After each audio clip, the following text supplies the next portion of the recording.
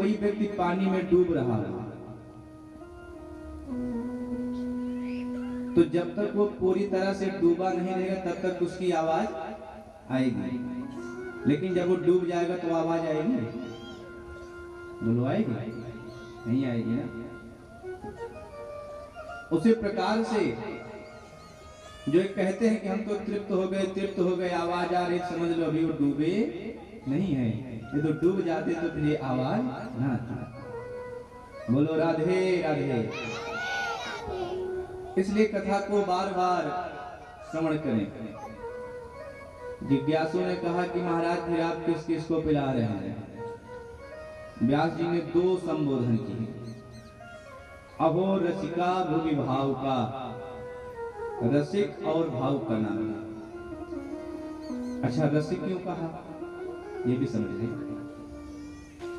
कहा कथा तो सार्वजनिक प्याऊ है, जो आए जल तो सबको पिलाया जाता है ना,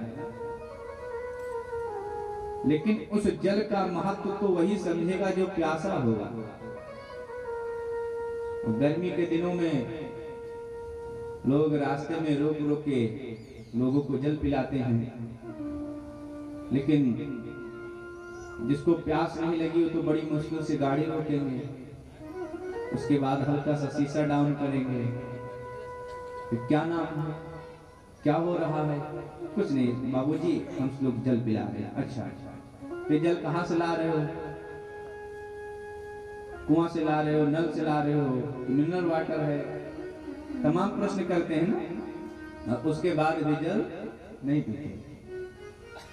अच्छा, विचार करो, वही व्यक्ति कहीं रेगिस्तान में फंस जाए, 2-4 दिन से उसको जल न मिला हो पीने के लिए, अचानक कोई व्यक्ति 1 बोतल पानी लिए हुए दिख जाए, तो क्या उससे भी यही प्रश्न करेंगे कि तुम कौन हो, क्या नाम है, पानी कहां से ला रहे हो? तभी प्रश्न नहीं करेंगे। उस समय तो उनको केवल पानी ही दिखेगा। तो कथा तो सबके लिए है प्यारे, जो आए सब कोई सुने, लेकिन इस कथा का तत्व, इस कथा का महत्व तो वही समझेगा जो प्यासा होगा, जो रसिक होगा। अहो रसिका। अच्छा, तो गुरुदेव ये भाव क्यों कहा? आप भाव किस लिए कहा? कि जिसको प्यास लगी होती है उसकी निगाहें केवल पानी ही ढूंढती हैं, पानी कहां से मिलता है, और पानी देखते हुए निमंत्रण की प्रतीक्षा नहीं करता। कोई आकर के हमसे कहे तब हम जल ग्रहण करें। उसी प्रकार से जो रसिक होते हैं वो भी निमंत्रण की प्रतीक्षा नहीं करते, वो तो पागलों की तरह यत्र तत्र विचरण करते रहते हैं कि हमको कैसे भी भगवान की कथा सुनने को मिल जाए। बोलिए भागवत भगवान की जय। आई बात समझ में? एक बात सब प्रेम से बोल दो प्यारे, राधे राधे। तो भाई हम और आप अपने इस मन को नैमिषारण्य की पावन भूमि की तरफ लेकर के चले। नैमिषे निमिष क्षेत्रे ऋषयः शौनकादयः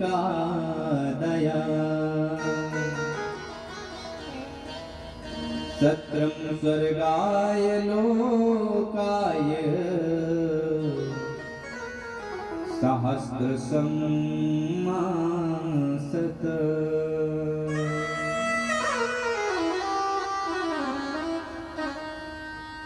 नैमिषारण्य की पावन भूमि पर श्री सूत जी महाराज शौनक आदि 88,000 ऋषियों को कथा सुना रहे हैं,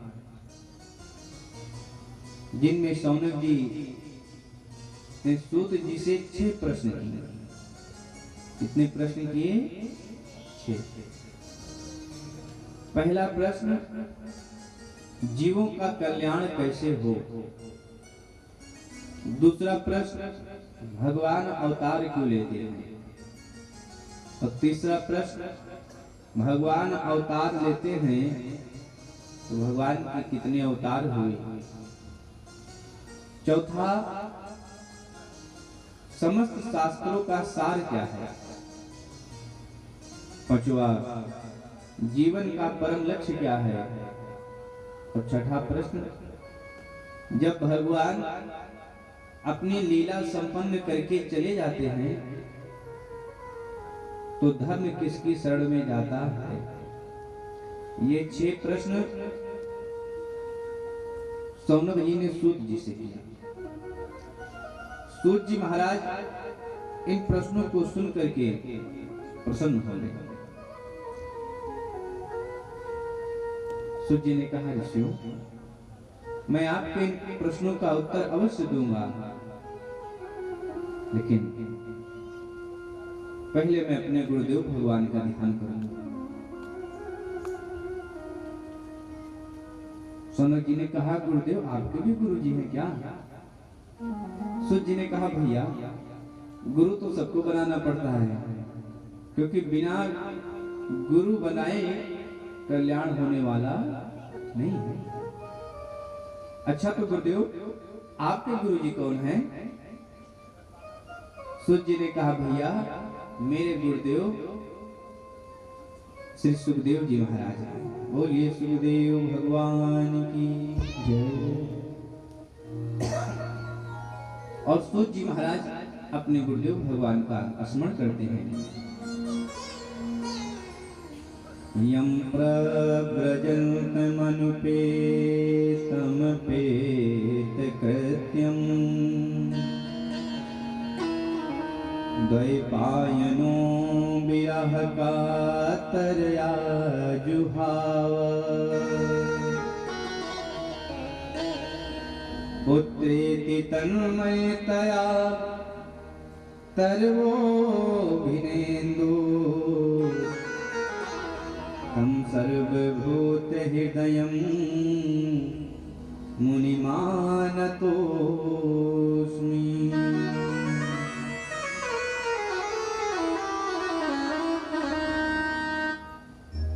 सौनक जी ने कहा कि गुरुदेव ये सुखदेव जी कौन है। इनकी बड़ी चर्चा आती है भागवत जी में।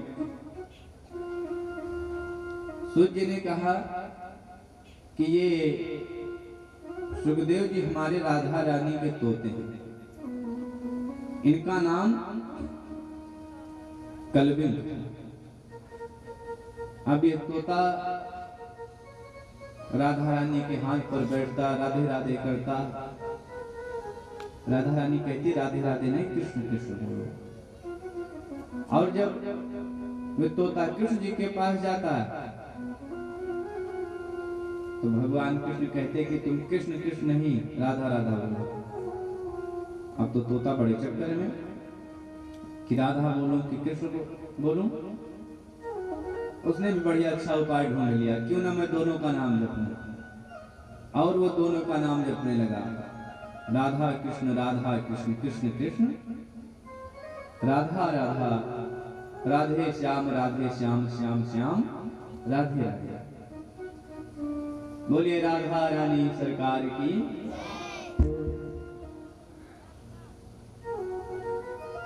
एक दिन भगवान ने विचार किया कि क्यों ना मैं अपने इस तोते को भेज करके इस धराधाम पर भागवत धर्म का प्रचार प्रसार करूं। तो भगवान ने कलबिंग को आदेश दिया कि आप धराधाम पर जाकर भागवत धर्म का प्रचार प्रसार करो। तो सुखदेव जी महाराज नीचे पहुंचे और एक तोती के गर्भ में प्रवेश कर गए। ये तोती हिमालय के पास एक गुफा में रहती थी। अब एक दिन की बात प्यारे, देवर्षि नारद भोले बाबा से मिलने के लिए कैलाश आए। और जिस समय नारद जी के उस समय भोले बाबा नहीं थे। पार्वती जी ने कहा कि अरे देवर्षि, अब तो आप आते ही नहीं हो, पहले आप बहुत आया करते थे। नारद जी ने कहा मैं अब क्या बताऊं, अब तो कहीं आने जाने का मन नहीं करता। क्यों? क्यों क्या? लोगों के मन में ईर्ष्या भरा है, छल भरा है, कपट भरा है, जहां बैठो वहां प्रपंच है, इसलिए कहीं अब जाने का मन नहीं। पार्वती जी ने कहा पर मेरे स्वामी तो सदैव भगवान का नाम जपते रहते हैं और प्रपंच भी नहीं करते और हमसे कोई कपट भी नहीं करते, सारी बातें मुझे बताते हैं। नारद जी ने कहा मैया मैं नहीं मानता कि वो आपको अपनी सारी बातें बताते हैं। कहा नहीं सब बताता। अच्छा तो मैया ये बताओ कि भोले बाबा के गले में जो मुंडों की माला है वो किसके मुंडों की माला है? पार्वती जी ने कहा ये तो कभी नहीं बताया। नारद जी ने कहा तो मैं सब समझ रहा हूँ, देख लिया ना कितना आपको मानते हैं। ठीक है मैया आज जब बाबा आए तुमसे पूछना। इतना कहकर भोले बाबा तो वहां वो नारद जी तो वहां से खिसक गए। रास्ते में ही भोले बाबा मिल गए। नारद जी ने प्रणाम किया और कहा कि बाबा आपको मैया बहुत याद कर रही है। भोले बाबा ने कहा अवश्य याद कर रही हूँ क्योंकि तुम वहां से आ रहे हो ना। भोले बाबा कैलाश पहुंचे। वहां जब पहुंचे तो क्या देखा कि पार्वती जी मलिन वस्त्र धारण किए हुए, गाल फुलाए के, मुंह लटकाए के कोने में बैठी। भोले बाबा ने कहा देवी जी क्या बात है गई, ऐसे कैसे बैठी हो? पार्वती जी ने कहा तुम मुझसे बात मत करो। भोलेनाथ ने कहा क्या हो गया? कहा कुछ नहीं, आप मुझसे बात मत करो, आप मुझसे प्रेम करते नहीं हो। भोलेनाथ ने कहा ऐसा किसने कह दिया भाई, मैं तो आपसे बहुत प्रेम करता हूँ। पार्वती जी ने कहा अगर आप प्रेम करते होते तो अपनी सारी बातें मुझे बताते। भोलेनाथ ने कहा तो सारी बातें तो बताता हूँ। कहा नहीं, आज तक आपने कभी नहीं बताया कि आपके गले में जो मुंडों की माला है वो किसके मुंडों की माला है? भोलेनाथ मुस्कुराए, कहा देवी ये जो मेरे गले में मुंडों की माला है ना वो आपके ही मुंडों की माला है। वैसे तो आप जगत जननी हैं, लेकिन जब आप अपनी लीला संपन्न करके देह त्याग करते हैं तब मैं आपके मुंडों की माला बना करके पहन लेता हूँ क्योंकि आपसे मेरा ये प्रेम बना रहे। देखो मैं आपसे कितना प्रेम करता हूँ और यदि इसका कोई प्रमाण है ये मुंडों की माला है। पार्वती जी ने कहा ये बात तो सही है, पर ये बताओ मैं बार बार मर जाती हूँ, आप नहीं मरते? कहा नहीं। कहा आपने कौन सी अमर बूटी का पान किया है? भोलेनाथ ने कहा मैंने अमर बूटी का नहीं, मैंने तो अमर कथा का पान किया है। पार्वती जी ने कहा अच्छा तो अब आप मुझे भी अमर कथा सुनाओ, अब मुझे भी नहीं मरना। पार्वती जी जिद करने लगी। भोलेनाथ ने कहा देवी मैं आपको अमर कथा सुना दूंगा लेकिन इसके बहुत सारे नियम हैं। अमर कथा कुछ और नहीं भागवत जी की कथा है। कहा क्या नियम है? कहा भागवत जी की कथा सदैव व्यास आसन से नीचे बैठ करके सुननी चाहिए और सदैव व्यास मंच के सन्मुख बैठ करके सुननी चाहिए और कथा में सोना नहीं चाहिए, बातें नहीं करना चाहिए। अगर बात ना करना हो कथा में तो एक उपाय है, अपने परिचित के पास ना बैठो। जो आपका परिचित हो उसके पास बैठोगे तो बात जरूर होगी। आप नहीं करोगे वो बार बार कुछ पूछेगा, भले आपने बताओ जब वो 10 बार पूछेगा तो एक बार तो बताना ही पड़ेगा। पार्वती जी ने कहा मैं सभी नियमों का पालन करूंगी, आप मुझे कथा सुनाओ। भोलेनाथ ने कहा देवी पर एक बात और है, मैं कथा सुनाता हूं तो आंख बंद करके सुनाता हूं और अगर आप सो जाओगे तो मुझे पता कैसे चलेगा? पार्वती जी ने कहा कि मैं ओम ओम का उच्चारण करती रहूंगी, ओम ओम ओम। जैसे माताएं जब बच्चों को कहानी इत्यादि सुनाती ना, तो बच्चे हुंकारी भरते हैं ना, हम्म। कहा वैसे ही मैं ओम ओम का उच्चारण करती रहूंगी। भोलेनाथ ने कहा, भोले बाबा ने उठाया अपना डमरू और बजाया। एक बार डमरू बजाया तो जितने पशु पक्षी थे सब बाहर गए। दूसरी बार डमरू बजाया तो उस गर्भड़ी तोती ने एक अंडे को जन्म दिया। और तीसरी बार डमरू बजाया तो तोती उस अंडे को फोड़ करके उड़ गई।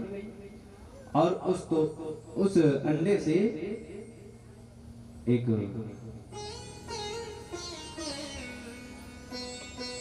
छोटा सा बच्चा निकल करके उसी डाल पर बैठ गया। भोले बाबा ने कहा, देवी अब यहाँ कोई नहीं है, खूब ध्यान से कथा सुनो। भोले बाबा कथा सुनाने लगे। देवी मैया ओम ओम का उच्चारण करने लगी।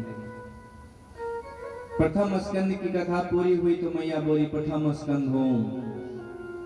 द्वितीय स्कंद की कथा पूरी हुई तो द्वितीय स्कंद ओम। इस प्रकार से मैया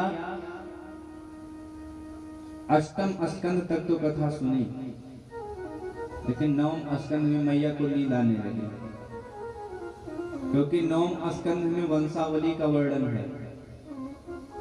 24 अध्याय है नवम स्कंद में, जिसमें से 12 अध्यायों में सूर्यवंश का वर्णन है और 12 अध्यायों में चंद्रवंश का वर्णन है।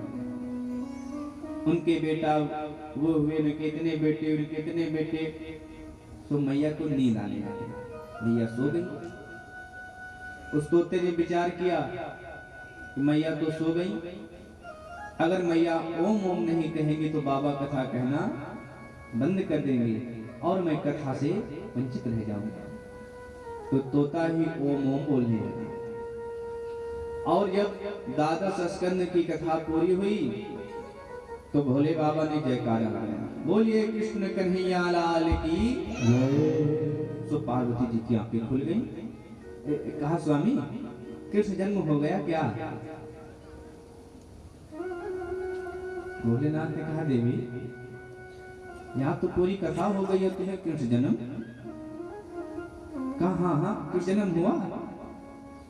अरे मैं बता रहा हूँ कि पूरी कथा हो गई है। सो गई थी क्या? पार्वती ने कहा, थोड़ी सी आंख लग गई थी। भोलेनाथ ने कहा, आंख लग गई थी तो ये ओम ओम कौन बोल रहा था? पार्वती जी ने कहा, मैं तो सो गई, मुझे क्या पता। भोले बाबा को क्रोध आया, चारों तरफ दृष्टि दौड़ाए तो उस वृक्ष की डाल पर उस तोते को बैठा हुआ देखा। तो भोले बाबा अपना त्रिशूल लेकर के खड़े हो गए और कहा, ए सुख, तो इस कथा का अधिकारी नहीं है। तुझे यदि कथा सुननी ही थी तो तू नीचे बैठ करके सुनता। तूने व्यास आसन का अपमान किया है, मैं तुझे नहीं छोड़ूंगा। और जैसे ही भोले बाबा आगे बढ़े वो तोता उड़ चला। अब आगे आगे वो तोता, पीछे पीछे भोले बाबा। इधर व्यास जी की पत्नी बेटिका वो जम्हाई ले रही थी। वो तोता उन्हीं के मुख के मार्ग से गर्भ में पहुंचे। भोले बाबा ने जब घर में स्त्री को देखा तो द्वार पे ही खड़े हो गए। इतने में व्यास जी भी कहीं से आए और व्यास जी ने जब भोले बाबा को देखा तो प्रणाम किया और कहा, नाथ आज इस दास पर ये अकारण कैसे करुणा बरसाने आ गए आप? भोलेनाथ ने कहा कि आपके घर में एक चोर घुसा है, उस चोर को बाहर निकालो, मैं उसे मृत्युदंड दूंगा। व्यास जी ने कहा कि भोलेनाथ, मेरे घर में ऐसा है ही क्या जो चोर चुराएगा? जानते, और आपके पास भी ऐसा क्या है जो चोर चुराएगा? अब कोई सांप, बिच्छू, कंकाल, चिता की भस्मी चुराएगा? भोलेनाथ ने कहा, नहीं, उसने मेरी अमर कथा चुराई है, उसको बाहर निकालो, मैं उससे मृत्युदंड दूंगा। व्यास जी खूब हंसे, वाह प्रभु, जैसे आपका नाम भोला है, आप बड़े भोले हैं। क्या हुआ?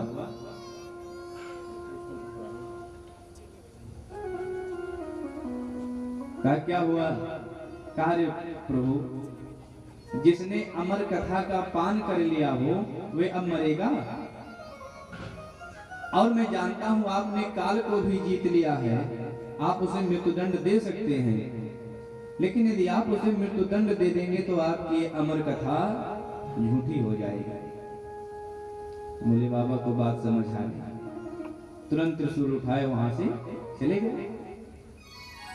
अब सुखदेव व्यास जी महाराज ध्यान लगा करके देखे तो देवी बिटिका के गर्भ में सुखदेव जी महाराज दिखाई पड़े।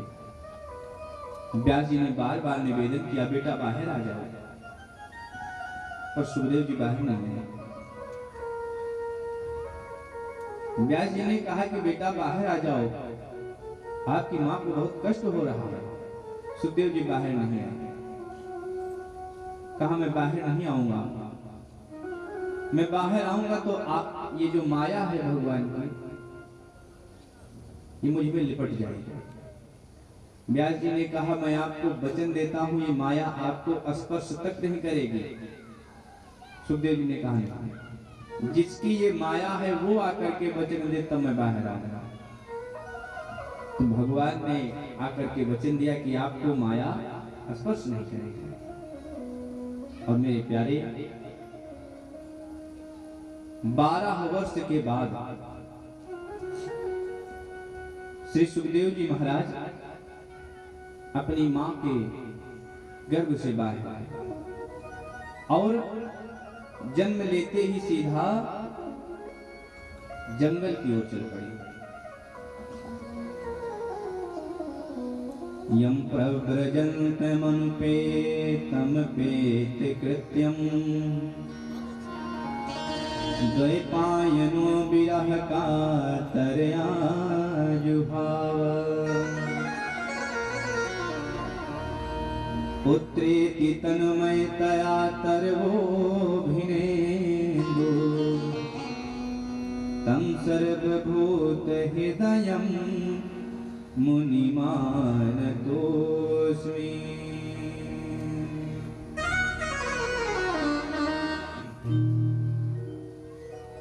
सुखदेव जी महाराज जन्म लेते सीधा जंगल की ओर चल पड़े। व्यास जी महाराज पीछे पीछे दौड़ रहे, बेटा रुक जाओ रुक जाओ। सुखदेव जी महाराज ने कहा, अच्छा बेटा एक बार पीछे मुड़ के देख ही लो। सुखदेव जी महाराज पीछे मुड़कर देखे भी नहीं, क्योंकि उनको पता था कि मैं पीछे मुड़ करके देखूंगा तो ये माया मुझे घेर लेगी। और व्यास जी ने खूब प्रयास किया पर सुखदेव जी को वापस लाने में असमर्थ रहे। ये रहा श्री सुखदेव जी का परिचय। बोलिए सुखदेव भगवान की जय। अब श्री सूत जी महाराज सौनक जी के प्रथम प्रश्न का उत्तर दे रहे हैं कि जीव का कल्याण कैसे हो।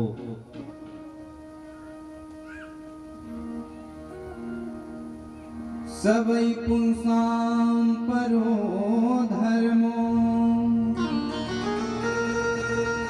यतो भक्तिरधो क्षये अहैतुक प्रतिहता ययात्मा संप्रसीदते।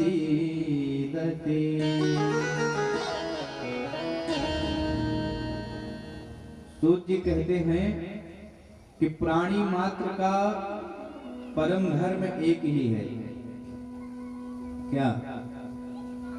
भगवान के चरणों में प्रेम करना, और वह प्रेम कैसा हो? कहा निष्कपट प्रेम होना चाहिए। कपटपूर्ण प्रेम नहीं होना चाहिए। अहेतु की भक्ति होनी चाहिए, सकाम भक्ति नहीं, निष्काम भक्ति होनी चाहिए।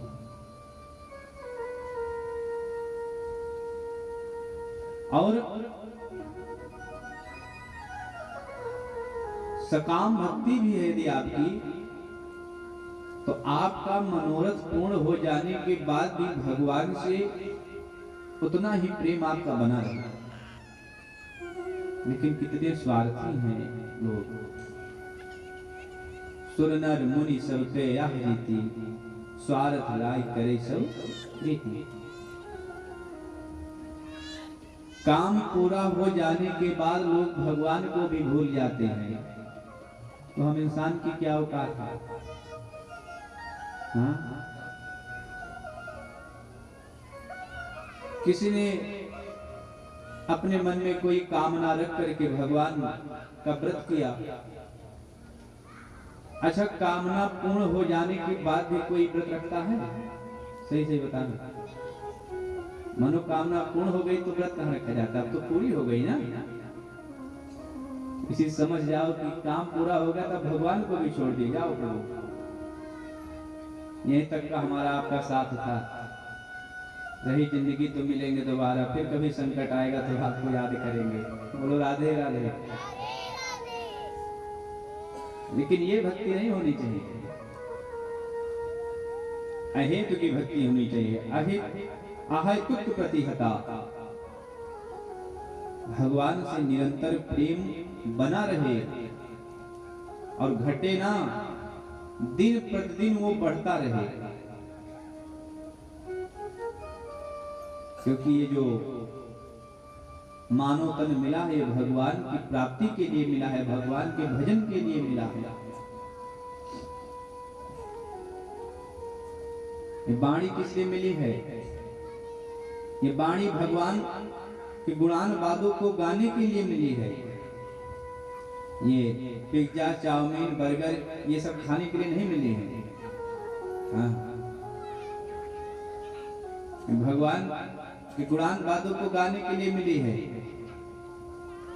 हाथ वही धन्य है जो भगवान के कीर्तन में ताली बजा सके, पैर वही धन्य है जो जगत को छोड़ करके जगन्नाथ के कीर्तन में नृत्य कर सके। एक बहुत ही प्यारा भजन है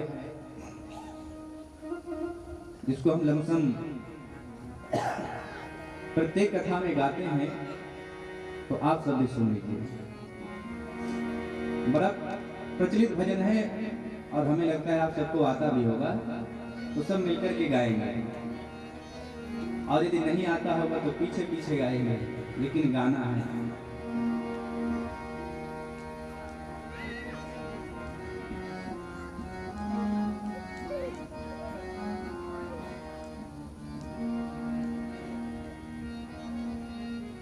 ही राम